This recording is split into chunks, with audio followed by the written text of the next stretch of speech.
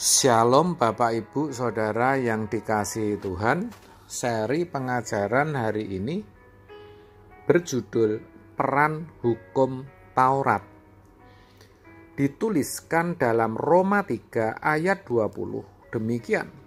Sebab tidak seorang pun yang dapat dibenarkan di hadapan Allah oleh karena melakukan hukum Taurat.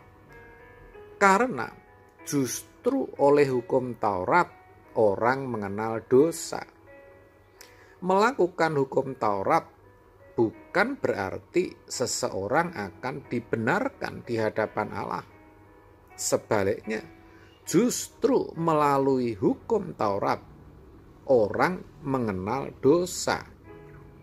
Dengan kata lain, tidak ada seorang pun yang dibenarkan karena usahanya sendiri, termasuk usaha untuk taat kepada hukum-hukum agama. Ayat di atas dalam bahasa Indonesia sehari-hari berbunyi demikian. Sebab tidak seorang pun dimungkinkan berbaik atau berdamai dengan Allah oleh karena orang itu melakukan hal-hal yang terdapat dalam hukum agama. Sebaliknya, justru melalui hukum itu manusia dimungkinkan mengenal dosa. Orang berdosa tidak bisa berbaik dengan Allah hanya karena melakukan hukum-hukum atau syariat-syariat agama. Juga mustahil seseorang dibenarkan karena ketaatannya terhadap hukum agama. Kata dibenarkan adalah terjemahan dari bahasa Yunani, dikaio. Akar katanya dikaios, yang artinya dianggap benar dan adil. Dibenarkan di hadapan Allah berarti Allah menjadikan umatnya benar, adil, dan kudus, meskipun mereka masih dalam keadaan berdosa atau belum sungguh-sungguh benar. Jadi, orang berdosa bisa menjadi benar karena dijadikan benar oleh Tuhan, bukan karena ketaatannya terhadap hukum Taurat atau hukum-hukum agama. Pertanyaan yang bisa muncul, apakah Allah tidak mempedulikan jasa baik atau usaha manusia? Jawabnya, pada awalnya tidak, saudara. Allah tidak mempedulikan jasa baik atau usaha manusia. Perhatikan ini, dalam pengertian usaha untuk memperoleh keselamatan harus dipahami dengan benar dan diakui bahwa keselamatan itu sejatinya merupakan inisiatif atau perbuatan Allah sendiri melalui Putra Tunggalnya. Yohanes 3 ayat 16. Karena begitu besar kasih Allah akan dunia ini, sehingga ia telah mengaruniakan anaknya yang tunggal, supaya setiap orang yang percaya kepadanya tidak binasa, melainkan beroleh hidup yang kekal. Dalam konteks ini, manusia memang tidak atau belum dilibatkan, karena memang tidak mungkin, saudara. Semua orang telah berbuat dosa. Roma 3 ayat 23. Jadi sangatlah jelas bahwa manusia hanya dapat dibenarkan oleh anugerah Allah saja. Tanpa Kristus mati di kayu salib, manusia tidak akan pernah dibenarkan atau dikuduskan. Bahkan sehebat apapun usaha atau perjuangan manusia untuk selamat akan sia-sia karena tidak akan ada penghakiman dan semua manusia akan meluncur ke neraka.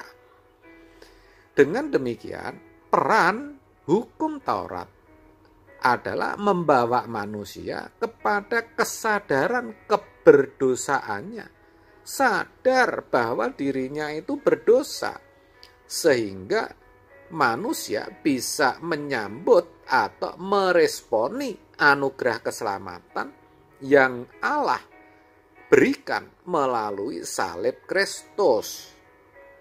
Dalam bahasa Indonesia sehari-hari diterjemahkan dengan sebaliknya. Hukum itu cuma menunjukkan kepada manusia bahwa manusia berdosa. Roma 3 ayat 20. Dengan kata lain, Tuhan mewahyukan Taurat itu bukan menjadi atau sebagai syarat bagi manusia untuk dibenarkan dan diselamatkan, tetapi sebagai penuntun langkah hidup manusia sambil membukakan realitas keberdosaannya, saudara. Jadi sekarang lebih jelas lagi bukan bahwa hukum Taurat atau hukum agama sesungguhnya hanya menuntun seseorang untuk sampai kepada kasih karunia Allah yang menyelamatkan melalui iman kepada Yesus Kristus. Nah, masalahnya setelah beriman kepada Tuhan Yesus, maka seseorang harus berbuat baik. Ya, bahkan tidak hanya sekedar baik, tetapi harus berjuang sampai kesempurnaan yang dikehendaki Bapa. Di sini sangat jelas manusia dilibatkan pada akhirnya di dalam meresponi anugerah keselamatan itu. Perbuatan baik usaha manusia jadi berarti karena adanya salib Kristus. Begitu, maka perjuangan orang percaya bukan lagi mentaati hukum-hukum atau syariat yang tertulis, tetapi hukumnya adalah Kristus sendiri. Maka yang berlaku adalah the Lord is my law. Kebenaran yang kita hidupi bukan lagi tidak boleh begini dan harus begitu sesuai hukum ini atau hukum itu, tetapi apakah yang kita perbuat sudah sesuai pikiran dan perasaan Allah atau belum? Begitu, saudara. Jadi sangatlah tidak tepat kalau seseorang atau kita bangga atau merasa diri sudah baik karena tidak melanggar moral umum, karena tidak mencuri, membunuh, berzina. Tetapi sebaliknya, kita mesti bersyukur karena melalui ketaatan terhadap hukum-hukum itu, kita sesungguhnya dibawa untuk menjadi sempurna. Itu artinya kalau sudah baik tidak boleh berhenti di situ, saudara. Ya, kita harus terus berjuang untuk menjadi sempurna seperti Bapa yang modelnya adalah Tuhan Yesus sendiri.